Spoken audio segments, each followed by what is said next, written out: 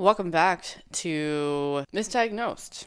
I'm your host, Caitlin Pyle. I'm recording this on a Monday morning after a pretty lazy weekend, and I gotta say, I am better than that.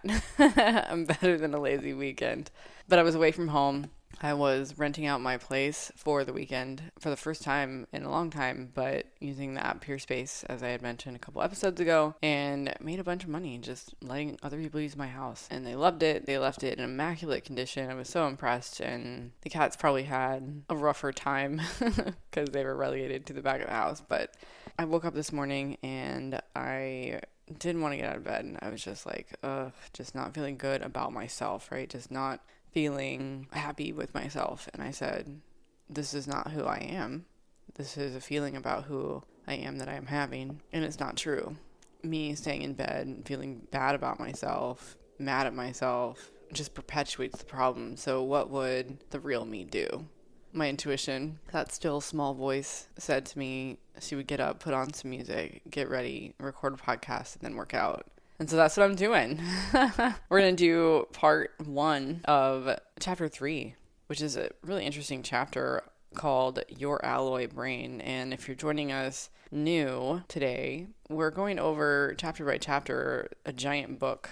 It's a fascinating book from medical medium Anthony William called Brain Saver, all about the brain and just how critically important it is to our quality of life. It houses our souls, interestingly enough, which is why a lot of people who experience depression, myself included in the past, after experiencing tremendous amount of trauma, your soul, to protect itself and you ultimately, leaves the body. Your soul is not in your brain, and that's why it feels like you don't have a soul. That's why you feel like garbage sometimes, but it's a brain problem. It's trying to protect your brain. Now, whether or not you believe that is up to you. I believe it because I experienced it, and there's really no other explanation for why my soul is back now other than my brain got healthier and is now a happy place for my soul. So this chapter goes over largely how our brain is electricity. Our brains are electricity, and the electricity that is in our brain, it's created in our brain. It actually exists through a combination of what Anthony says are 2 supernatural forces, right? And we live in a supernatural world. Our brains are supernatural. Whether or not we choose to believe that is up to us. And largely you can look at our society and see how the things that are put into our water, like fluoride is a byproduct of the aluminum industry. Things get put into our water that make dumb us down, right? There is an agenda to keep us dumb, to keep us passive, to keep us easy to control, and obviously, if you look at the news, to keep us in fear, right? So our brains are supernatural, and there are forces in the world that are very interested in keeping us from realizing that. So that's, I guess, another reason why I got out of bed this morning, because I wasn't believing in my own supernatural ability to be in the world and effective in the world. So those 2 supernatural forces, one receives power from the ether and the other receives power from your soul, plus a physical component, your heart programming and your brain's programming, all of those working to help you thrive since you were conceived, basically, since your inception of life, are the words that Anthony uses. And that's the foundational basis of the brain's life force and how it runs. And when it comes to electrical energy, we've learned to employ metal. Metal is used to deliver and carry electricity. It manipulates electrical currents. It pulls electricity. It pushes electricity. And if you can remember the key and kite experiment from history, that's one of the earliest experiments with electricity. But we have a lot of advanced technology today. And within that is a common thread. Metal is in all of them. In micro levels, in the tiniest computer chips that we have in our phones, and even smaller computers than that, Apple Watch, I'm looking at you. And then power plants, we have obviously macro level metal. Metal is present. Metal can short circuits, it dampers circuits, it shifts electricity, alters, destroys, projects, catapults currents, and there's many ways that science hasn't even yet discovered how metal interacts with us. We're still learning so much in order to advance technology, but the point being here is that metals are profoundly connected to our society. So our brains are full of electrical currents. What does that mean? It has to be involved Metals. Our brains are largely about metals and electricity, and that's super critical to understand because there are both bad metals and good metals at work in our brains. So there's bad metals. Our brains can harbor mercury, lead, arsenic, cadmium, barium. Some of these you might not even realize were metals, right? Nickel, aluminum, toxic calcium, toxic copper, toxic chromium, tin, and more. And I'll get into what preceding calcium, copper, and chromium with toxic actually means in a minute here.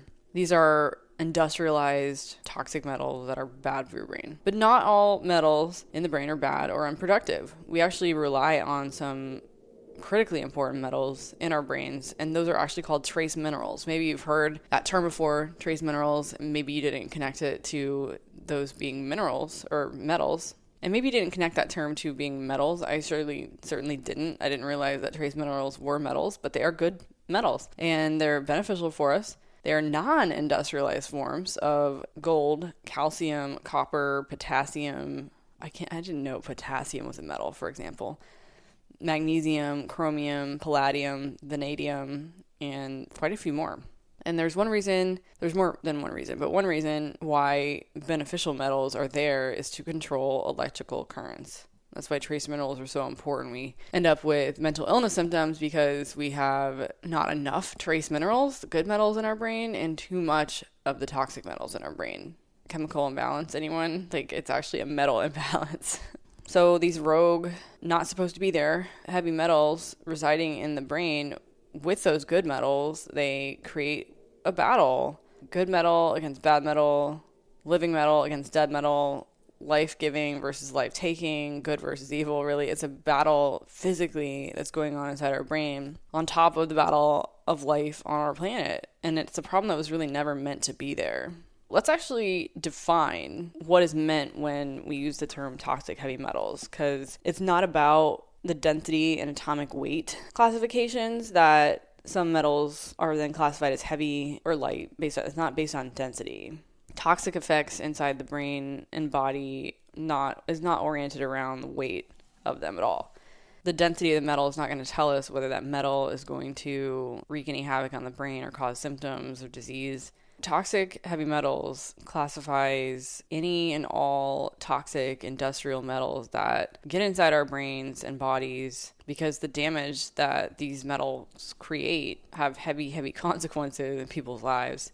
Aluminum is a great example. It's technically a light metal, right? Because it's very light and it's considered non-toxic by medical industries and other industries because it's not in by density, the heavy metal classification. But the truth is, aluminum is neurotoxic and very damaging to the brain, and it has consequences because of that. So that's why it's called toxic heavy metal. And we have to be aware of this. It's critical to be aware of this because people already don't take the topic of toxic heavy metals seriously enough. I used to be that kind of person. I'd hear, hippies and people who are living off the land and zero gridding it and all this stuff talk about toxins and toxic heavy metals, and they just seem to be so extreme, but now I'm one of those people. I'm not living off the grid. I'm not necessarily what you call a hippie, and I'm still working on making improvements in my lifestyle, but I certainly understand that when they're talking about how toxic heavy metals are affecting our health, I understand that at a level that I didn't before. And I think that's why it's super important for us to realize that these things make us worse at communicating. That's the whole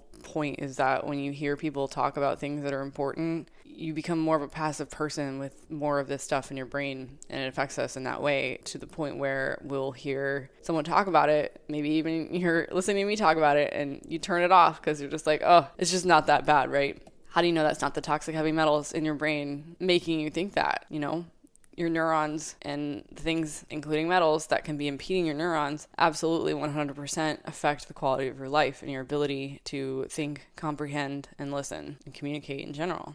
These types of toxins make us more passive. So calling some metals toxic light metals would actually delude us into thinking that they're not really a threat, when any toxic metals, whether they're heavy or light by density, are a massive threat, and they bring misery upon us. And industries are not taking responsibility for this.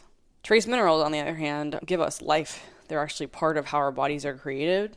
Whereas the toxic heavy metals, they take our lives. They're part of how our bodies rapidly age and degenerate. And good metals in the mineral form, the trace minerals, have information that comes from life sources of the planet and life forces outside the planet, from the solar system and galaxy. Because our planet's living, y'all. It's alive. It breathes. Not in the same way we do as humans with lungs, right? But the planet is alive. It's breathing. The minerals and the trace minerals that are periodically falling through our atmosphere, they play a big role with the salts, the mineral salts in our brain, and the sugar that carries minerals and electrolytes to our brain. So what the electricity in our brain is reliant on as fuel are those trace minerals. Meanwhile, you have toxic heavy metals that can weaken, burn out, twist out, interfere with, toxify, and denature our brain's natural electrical currents. Those currents, here we go again, the currents allow us to think, feel, and function optimally. So if those metals are in our brain, then we're not going to think, feel, or function optimally. So let this be a reminder. If you think it doesn't matter, it could be the metals making you think that. I'm not kidding. And I can see how the times in my past, even recent past, where I have not treated myself well. Like I ate this giant piece of cake on Saturday and I was kind of itchy the next day. And I was just like, like sometimes we don't connect. We're not taught to connect how we feel with what we consume and what we put on our bodies, what we inhale, things like that. But it's all connected. So when the metals are unearthed, taken out of the earth, right, to be used for industries, they are actually restructured and changed through that process, the industrial process, and that denatures the metal. Literally unnatures the metal, takes the nature out of it, and it turns those metals against the human body. So people with low trace minerals and higher toxic metals in their brain can get emotionally triggered or literally burnt out from stress very easily. And I can give you kind of a funny example. I know that my brain has gotten healthier because I got home last night and the house was immaculate, but then I get back to my cat's litter box and the thing isn't working. It's a litter robot, which is fabulous. It's a fabulous robot, but when the box underneath it gets full and it isn't emptied because no one's there to empty it, and I'm not going to ask the guests to do it, then it stops working. And so my poor cats, 4 of them, had to be using this one litter robot that was full, and and it was just nasty in there. And it was, I'm not going to go into details, but I had to clean it out myself. And I was conscious of the fact that as I was fixing this problem, being the solution rather, that I was not having an emotional breakdown. I was not getting emotionally triggered or angered out from what would have been a more stressful situation. So I just wanted to go to bed, right? I went downstairs to grab my new yoga mat that I got from Lululemon. I'm excited. I'm going to use it today, getting ready for bed. And then I was like, oh, let me go check on the cat stuff. And then sure enough, this litter box is just out of control. It took me maybe 15 minutes to get it back to acceptable condition for my little crew of cats, but I was still conscious in the back of my mind of, man, I'm handling this well, and there are versions of me in the past, versions of my brain that would not have handled it well. And there's a whole nother chapter that we're going to be going over later in the series that's all about burnout. So I'm actually looking forward to that. It's going to be good because that's what I experienced with burnout. And that was reading that chapter was so enlightening. Gave me a lot of answers, and hopefully this is giving you guys answers too. The thing with toxic heavy metals is that they are elusive. They're super quiet. They're not going to make any noises, unlike cats. You can't see them, you can't hear them, you can't touch them, that's for sure. Although you can detect traces of these metals in the bloodstream if the exposure was recent, it's actually true that you cannot detect traces of the toxic heavy metals in tissues, organs, bones, glands, and that's where the metals settle indefinitely. Which is wild because most people think bones are impermeable. They don't realize bones are actually very porous and highly absorbent, like sponges. They have that spongy, soft tissue in the middle. You might recall that from like anatomy class or whatever. Bones are actually porous like sponges. They don't just look like it, right? They are very porous, and metals, chemicals, pathogens can enter them easily, which is another big reason why I suspect that the blood cancer that I was diagnosed with, that my bone marrow produces too many platelets. I have a feeling that the pathogens and toxins had gotten into my bones. So I'm really excited to see how these pretty drastic lifestyle changes between myself now and myself last year, eating mostly Taco Bell and Pizza Hut, which holla at Assista because she did not eat Taco Bell last night, even though she thought about it. I was like, I would not be proud of myself if I ate Taco Bell. it would be good in the moment, but then I would pay for it later. And I'm really proud of myself for making that better decision for myself. So yeah, that was what I was eating mostly a year ago. It was like things like Taco Bell, Burger King, Pizza Hut, and gross. And I didn't feel good. No wonder, it really does make a difference. But when we're in that state of mind, where we're not feeling good, that's the last thing we think of. Right? And that's kind of the point. Our brains are not functioning well enough to even think of it a lot of the time. So yeah, when toxic heavy metals are present, it's very dominating and extremely controlling on an emotional, mental, and physical level. And because of that, the metals actually alter your mind. And in many people, the toxic metals completely rule a person's life. They disempower that person, make decisions for them, and get in the way of clear thinking. They're constantly interfering with electricity, and that's why they're constantly interfering with your brain's receiving information and communicating information. But, and we've talked about this classified medical science industry, this classified side of it, it relies on us being exposed to these metals to create and perpetuate a form of mind control. So an example of that is when any toxic heavy metal gets into an area of the brain that is connected to language or communication, we run into developmental language issues, communication, conversation issues, language phobias, speaking phobias. That's why you think about people are saying, vaccines cause autism, right? People are saying that, and they're like, no, the vaccines aren't, but like the toxic heavy metals and other things that are in the vaccines that may not necessarily need to be there, that's what's causing it, right? It's not necessarily the injection itself, but what else is in it. And that's why there are a lot of what this mainstream medical science will say anecdotal evidence of people saying that after my child got these injections, they started developing developmental language issues, sometimes getting diagnosed with autism, things like that,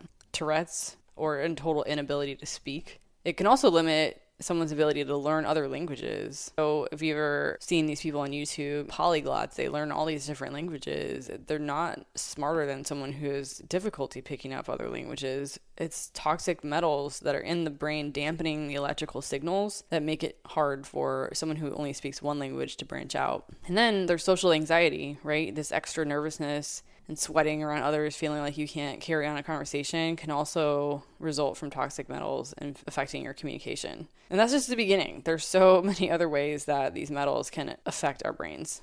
And this whole book is basically about other negative effects of toxic heavy metals, and we're going to be getting to a lot more of them. But on top of all those, they're brain inhibitors in several ways. So one of the ways is they inhibit your brain enzymes. Your liver produces brain enzymes specifically for the purpose of communication, both for receiving and expressing information. So like we're talking about brain health here, but everything is connected in this beautiful system called our body and brains. Everything is connected. And so your liver produces enzymes for all of your body's systems. And so people oftentimes don't realize, myself, I was included in that, was that if your liver is not healthy because it's like fatty or you're drinking a lot of alcohol, like I was drinking a lot of alcohol while I was eating the Taco Bell, Pizza Hut, and Burger King, y'all. Like it was bad. My liver wasn't producing the enzymes necessary because it was too focused on like trying to detox me as I was toxifying it heavily every day. No wonder I was depressed. No wonder I was anxious. No wonder I was having OCD-like symptoms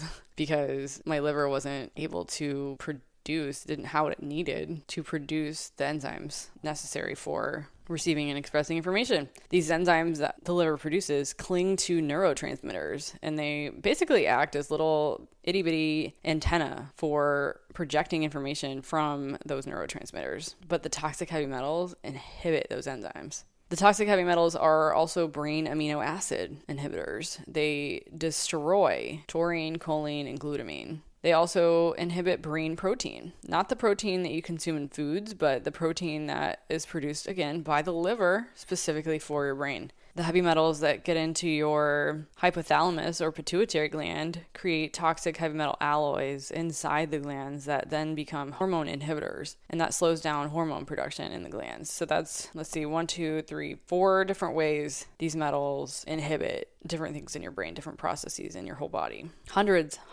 of illnesses, hundreds of symptoms are caused by toxic heavy metals, and the publicly known medical industry is unaware of this. They're unaware of this. And it's weird because we learn about too much lead for example, causing all these problems. But what about a little bit of lead? What about a little bit of other metals? Like, doesn't it make sense that if it's causing death in large amounts, suddenly that small amounts would cause illness?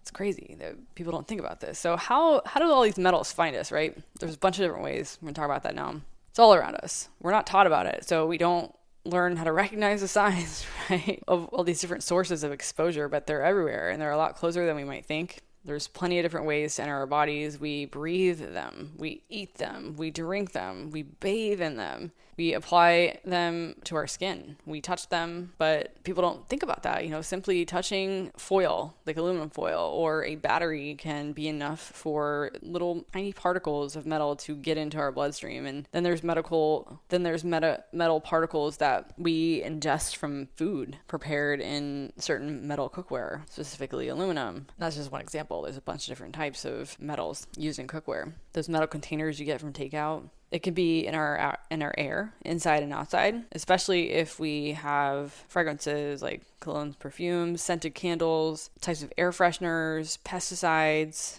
And then, of course, another thing that gets kind of made fun of in the media is people who believe in chemtrails, right? It's not something that you believe in. They're real. And I'll give you more information about that later in this season. But I was one of those people that was just like, oh, chemtrails, that's BS, but it's not. It's just so easy to see a news article that says some way that it's making fun of somebody who believes in chemtrails. And then it's just like, oh, I don't want to be that person, right? That's how easily we're manipulated, though. We just see a headline that's debunking a certain thing that we aren't supposed to believe in, right? Because it would empower us in some way. We would learn the truth, and so certain headlines get pumped out specifically to keep us from understanding that. And then we unknowingly put toxic metals directly into and onto our bodies with cosmetics, pharmaceuticals, like what we drink, and other types of products. There's a whole chapter later in the book. It's actually chapter 20, so it'll be a while before we get there, but there's a chapter called Toxic Heavy Metals, so there's a whole bunch more sources of exposure that we can get into later in this season. But if you want to read ahead, grab yourself a copy of this book, and you absolutely can. But the point is, we're getting exposed to toxic heavy metals at a minuscule level constantly. We're not drinking a gallon of gasoline, right? And then going to the hospital because we have lead poisoning, but we're getting exposed to small amounts of beyond microscopic, is the word Anthony William used. Beyond microscopic metal particles. They're tiny, y'all. And these exposures are happening repeatedly in our everyday life, a little bit here, a little bit there. And you might look at just a single exposure and think, oh, it's no big deal, right? Just like people will think that maybe a microdose of psychedelic drugs is no big deal because there's trendy advice out there, everything in moderation, But the fact of the matter is we're getting poisoned with metals in moderation, and it might not seem significant, but we got to look at the bigger picture because the repeated exposure adds up. It's not like our bodies just detox it and it's gone, right? Or it just affects us, like when we inhale it, it stays there. And so repeated exposure over time, it adds up. And then after a while, the metals accumulate. We reach a large poisoning at some point later in life. But then most of the time what happens is we still don't know it's toxic heavy metal poisoning, right? So people think that someone suddenly comes down with Alzheimer's, but basically the critical mass has been reached for the amount of metals, and they start oxidizing and aging, and that's what causes the problem seen in Alzheimer's. That's why people seem to develop symptoms of ADHD later in life too. We know that the metals get into our body. We know how we can drink them, breathe them, put them on our skin, eat them, all these different ways to get in. But then how do they find your brain? Because they don't just get there by chance. The way it works is we have this blood-brain barrier, which sounds like such a fancy term, and it is. The brain pulls the metals across the blood-brain barrier. Before you think your brain is working against you, your brain wasn't meant to be a magnet for toxic heavy metals. Remember, these are industrialized, denatured metals, and our brains were meant to attract trace minerals, right? The toxic heavy metal particles are so tiny that it doesn't take much to draw them into our brains, and really, the smaller the particle is, the easier it is for the metal to cross the brain barrier. That's why putting them in things that we inhale is such a easy way for us to get more of those metals into our brains. But then they just end up getting into our brains' sanctuary of protection. They congregate in the protected parts of our brain that house neurons that are critical to our health. Little background here, your liver is meant to be a filter for the body, but our liver is up against a lot of exposures in our diets and our environment. So that means that it commonly becomes stagnant, clogged up, and it ultimately becomes dysfunctional for a lot of people. So toxins, including those toxic heavy metals that should have been trapped in the liver, continue on through the bloodstream and can end up entering the brain. Your liver slows down, can't filter out stuff, and then it gets into your brain that way. Your brain becomes a filter when it was never supposed to be the filter. That's how the metals get into your bloodstream, and that's how it gets into your brain. The metals that are residing into your liver can oxidize there and start discharging. And then that oxidative toxic heavy metal discharge material can break free and then get into your bloodstream that way and then eventually into your brain. It's basically discharge. It's like runoff from like a factory in a way. At the beginning of this episode, we talked about how the brain is electric, and that electricity in our brains acts as a magnetic field, and that's what attracts the metals in. And that does not mean your brain is working against you and that you can't trust it. Your brain is always, always, always looking out for us. And our brain's electromagnetic field is intended to be productive in drawing in trace minerals and electrolytes to serve us, right? But we live in a contaminated environment on this planet, and it's an environment that's created by the chemical and pharmaceutical industries. It creates a contaminated environment in our body. And so the brain is up against more than it should be. Our brains were never meant to deal with a daily onslaught of these chemical invaders. We aren't meant to come up against these industry-designed, seemingly good for us, right? Because they always seem like they're good for us. It's all marketing. Toxic substances at every turn, every aisle of the store. But we do, and it's accelerating at a rate faster than it ever has. And so it's a side effect, basically, of our brain's truly miraculous skill at pulling in these life-giving nutrients like our trace minerals. It also pulls in toxic heavy metals. Yeah, that's what I mean when I say our brains are supernatural. It is a supernatural design. It was intended for trace minerals and electrolytes only. Our brain's electromagnetic force was meant for us on an industry-free planet. It was meant to attract and ignite those trace minerals with electricity to raise the intelligence of our brain. But instead, that electricity gets funneled into the industrialized metal deposits in our brains and creates more magnetism to attract more toxic metals, and that's how we end up suffering. Sucks. Anthony Williams says toxic heavy metals are the shadow we can't see until they create disease. Although even then, we still can't see them. We can only see the disease. If we get a name for our symptom or condition, we may still doubt ourselves and our intuition about what's really causing it, right? Because our doctors aren't going to say, yo, it's toxic heavy metals causing this. They're not going to tell you that. I mean, there are more doctors starting to adopt these protocols and this information, learn this information, and it's helping their patients. And so there are some very open-minded doctors out there that aren't worshiping science and the pharmaceutical industry, right? That you might get someone to tell you what's actually going on if you go to a regular doctor. But toxic heavy metals are there.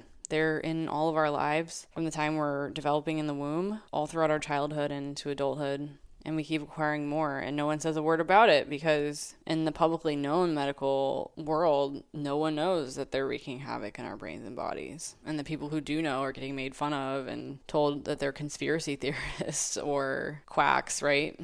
Like lead poisoning, right? At a high level, obviously, it's a poison. We know that now. And that's why there was no more lead in paint. But we didn't always know that. And we know that it's a toxic heavy metal that hurts us on a neurological level, and it flatlines the central nervous system.